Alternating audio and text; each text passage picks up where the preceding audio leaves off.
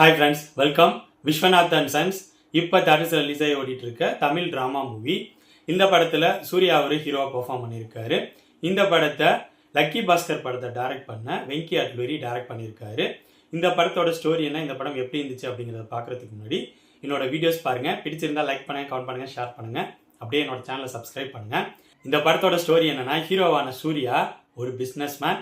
அது மட்டும் இல்லாமல் அவர் இந்தியாவுக்காக ஒலிம்பிக்கில் கலந்துக்கிட்டு துப்பாக்கி சுடுதலில் தங்கம்லாம் வின் பண்ணியிருப்பார்.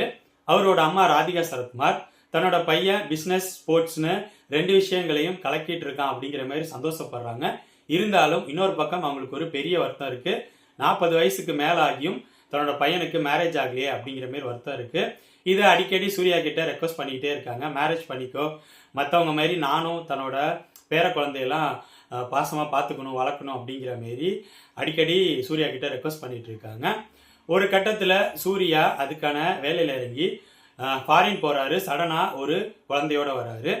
ஸோ இதுக்கப்புறம் படத்தில் நடக்கிற சம்பவங்கள் என்னென்ன, அந்த குழந்தை யார், ஹீரோயினான மமிதா பைஜு எப்படி சூர்யாவோட லைஃப்குள்ளே வராங்க, அதுக்கப்புறம் அவரோட லைஃப்பில் நடக்கிற சம்பவங்கள் என்னென்ன, இதுக்கெல்லாம் ஆன்சர் சொல்கிற படம் தான் விஸ்வநாத் அண்ட் சன்ஸ்.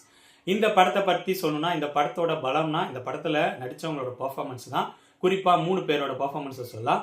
ஒன்று சூர்யா, இன்னொன்று மமிதா பைஜு, இன்னொன்று ராதிகா சரத்குமார். அவங்க 3 பேரும் அட்டகாசமான பர்ஃபார்மன்ஸை கொடுத்துருக்காங்க. சூர்யா அந்த 40+ அந்த கேரக்டரை செமையாகவே ஹேண்டில் பண்ணியிருக்காரு.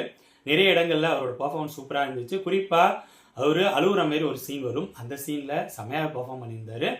மமிதா பைஜு அவங்களோட கேரக்டரை நம்ம ட்ரைலரில் பார்க்குறப்பே சந்தோஷ் சுப்ரமணியம் ஜெனிலியா கேரக்டர் மாதிரி இருக்காங்களோ அப்படிங்கிற மாதிரி தோணுச்சு. கிட்டத்தட்ட அதே மாதிரி ஒரு கேரக்டர் தான். பட் அதில் அவங்களோட பர்ஃபார்மன்ஸ் நல்லாவும் இருந்துச்சு.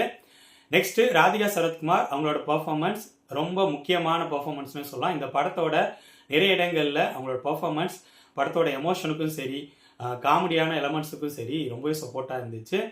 இவங்களை தவிர படத்தில் நடித்த மற்ற நடிகை எல்லாரும் இந்த படத்துக்கு என்ன தேவையோ அதை பர்ஃபார்மன்ஸை கொடுத்துருந்தாங்க.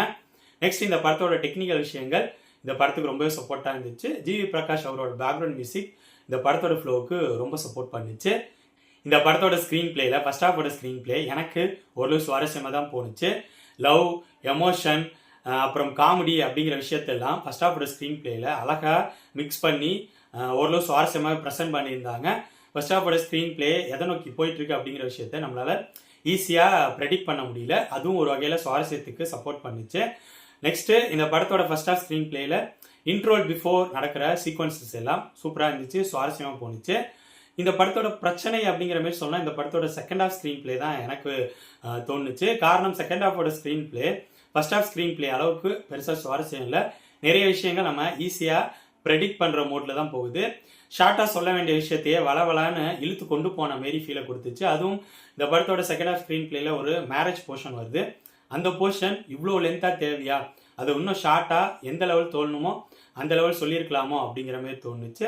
அது மட்டும் இல்லாமல் இந்த படத்தில் வர ஆக்ஷன் சீக்வன்சஸ்லாம் இந்த படத்துக்கு தேவையில்லையோ அப்படிங்கிற மாரி எனக்கு ஃபீலை கொடுத்துச்சு. ஓவராலாக சொல்லணும்னா என்னை பொறுத்த வரைக்கும் விஸ்வநாத் அண்ட் சன்ஸ் ஃபர்ஸ்ட் ஹாஃபோட ஸ்க்ரீன் பிளேயை சுவாரஸ்யமாகவும் செகண்ட் ஹாஃபோட ஸ்க்ரீன் பிளேயை சுமாராகவும் கொடுத்துருக்க ஒரு நார்மலான commercial feel good drama movie.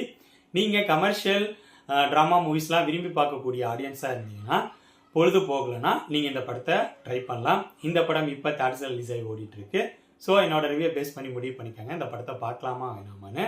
Viswanath and sons படத்தை பற்றி என்னோட விமர்சனம் இது. அடுத்த வீடியோவில் இன்னொரு படத்தோட ரிவ்யூவோடு சந்திப்போம். பாய்.